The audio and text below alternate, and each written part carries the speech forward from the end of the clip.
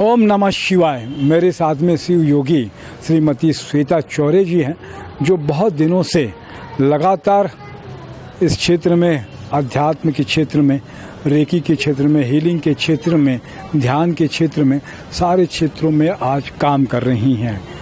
योग के क्षेत्र में काम कर रही हैं। महर्षि पतंजलि का जो योग दर्शन है, उन्होंने उसको बताया हम सबको। आज हम उनसे जानते हैं मनुष्य के अंदर में 7 चक्र होते हैं। वो क्या 7 चक्र हैं, क्या 7 चक्र हैं श्वेता जी? जी, नित्यम शुद्धम निराभाषम निराकारम निरंजनम नित्य बोधम चिदानंदम गुरु ब्रह्मा नमाम्यहम्।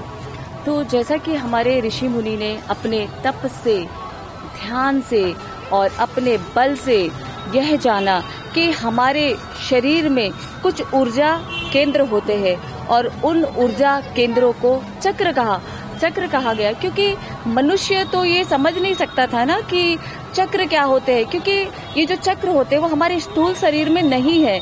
यह चक्र जो होते हैं हमारे सूक्ष्म शरीर में है और सूक्ष्म शरीर को हम देख नहीं सकते।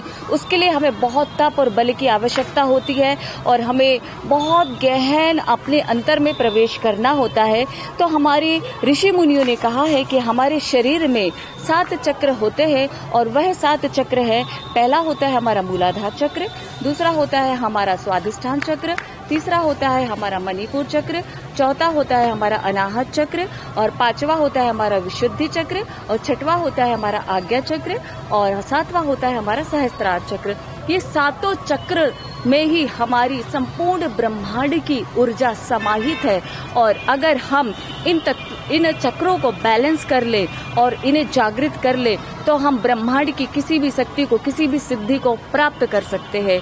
और मूलाधार का अर्थ होता है कि मूलाधार जो जड़ है हमारी जीवन की, और मूलाधार स्थित होता है हमारी रीढ़ की हड्डी के सबसे नीचे छोर वाले पॉइंट पे। और कहा जाता है कि मूलाधार पे श्री गणेश का स्थान होता है, इसलिए तो हम किसी भी शुभ कार्य में सबसे पहले श्री गणेश जी का चिंतन करते हैं, वंदन करते हैं। और दूसरा चक्र होता है हमारा स्वादिष्ठान चक्र।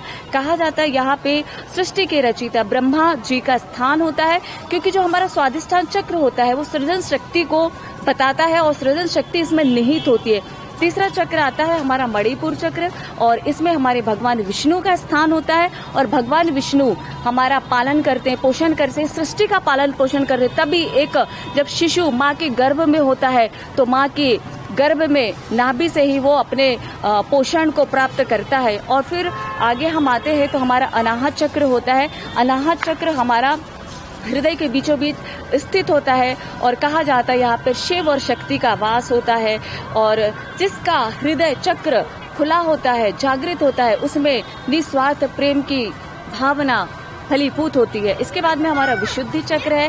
कहा जाता है यहाँ पे श्री कृष्ण का, माँ सरस्वती का वास होता है।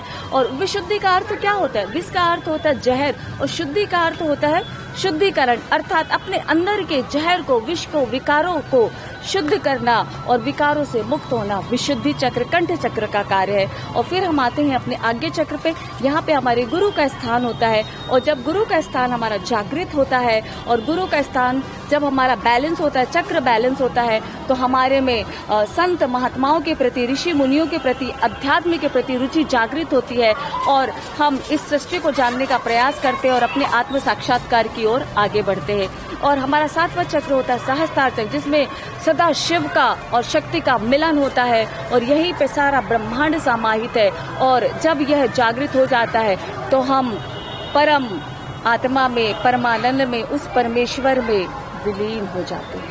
तो ये हमारे 7 चक्रों की व्याख्या है और इन्हें जागृत करने के मंत्र भी है। जैसे मूलाधार चक्र जागृत करना है तो मूलाधार चक्र का मंत्र है लम और स्वादिष्ठान चक्र का मंत्र है वम, मणिपुर चक्र का मंत्र है रम, अनाहत चक्र का मंत्र है यम, विशुद्धि चक्र का मंत्र है हम, आज्ञा चक्र का मंत्र है ओम और सहस्त्रार चक्र का मंत्र है ओम।